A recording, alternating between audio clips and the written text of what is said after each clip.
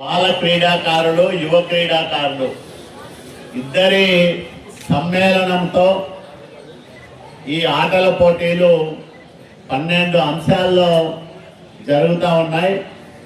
ఒకటి అండర్-17, రెండోది అండర్-23.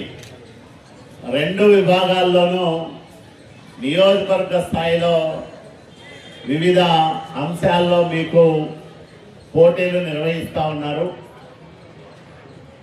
శారీరక దృఢత్వం ఉంటే మానసికంగా కూడా దృఢంగా ఉంటారు ఎవరైనా.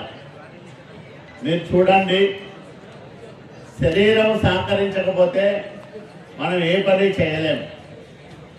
మన ముఖ్యమంత్రి నారా చంద్రబాబు నాయుడు గారి వయస్సు 76 సంవత్సరాలు.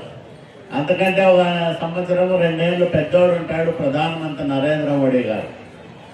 వీళ్ళందరూ క్రమం తప్పకుండా వ్యాయామం చేస్తూ ఒక నిర్దిష్ట సమయానికి తగిన మోతాదులో క్యాలరీల్లో ఆహారం తీసుకుంటూ తమ శరీరాన్ని పటిష్టంగా ఉంచుకుంటా ఉన్నారు. కాబట్టి మనకంటే ఎక్కువ పని గంటలు వాళ్ళు చేయగలుగుతూ ఉన్నారు.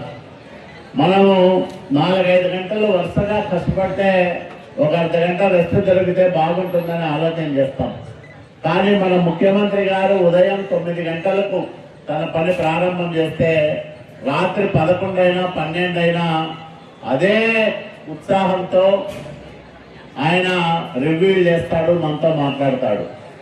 అంత ఓపిక ఎట్లా వస్తుందంటే శారీరకంగా దృఢంగా ఉన్నప్పుడు వస్తుంది.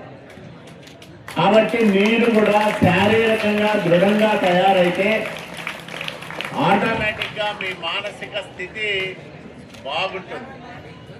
కాబట్టి మీరు ఈ ఆటల పోటీల్లో పాల్గొంటూ ఉన్నారు.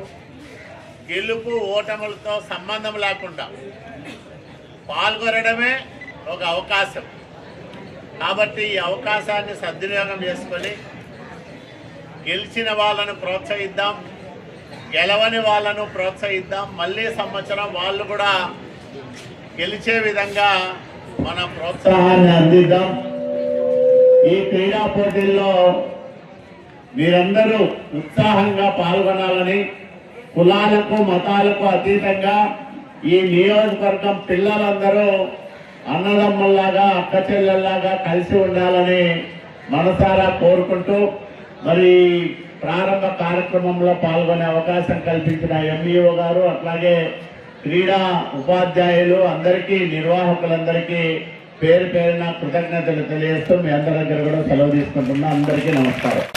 ఈరోజు మనకి రాష్ట్ర స్థాయిలో అమరావతి ఛాంపియన్షిప్, స్పోర్ట్స్ ఛాంపియన్షిప్ జరుగుతుంది. కాబట్టి పిల్లలు అందరూ దీంట్లో పాల్గొని అన్ని ఈవెంట్స్లో మంచి మీరు సాధిస్తారని చెప్పేసి నేను కోరుకుంటున్నాను.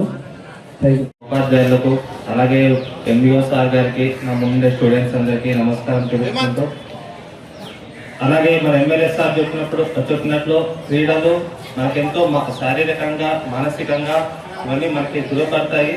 మీరందరూ గెలుపోటములు అన్ని సమానంగా చూసుకోవాలని మీ అందరికీ తెలియజేస్తూ నేను సెలవు తీసుకుంటాను.